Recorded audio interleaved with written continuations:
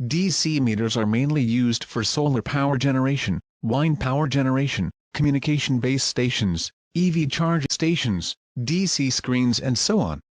This DIN rail-mounted DC meter has obvious features and outstanding advantages. 1. It can measure voltages DC 5V to 1000V, 2. The maximum measurement current is 2000 A. 3. The shunt sampling method is adopted. 4. Standard 75 MV sampled signal.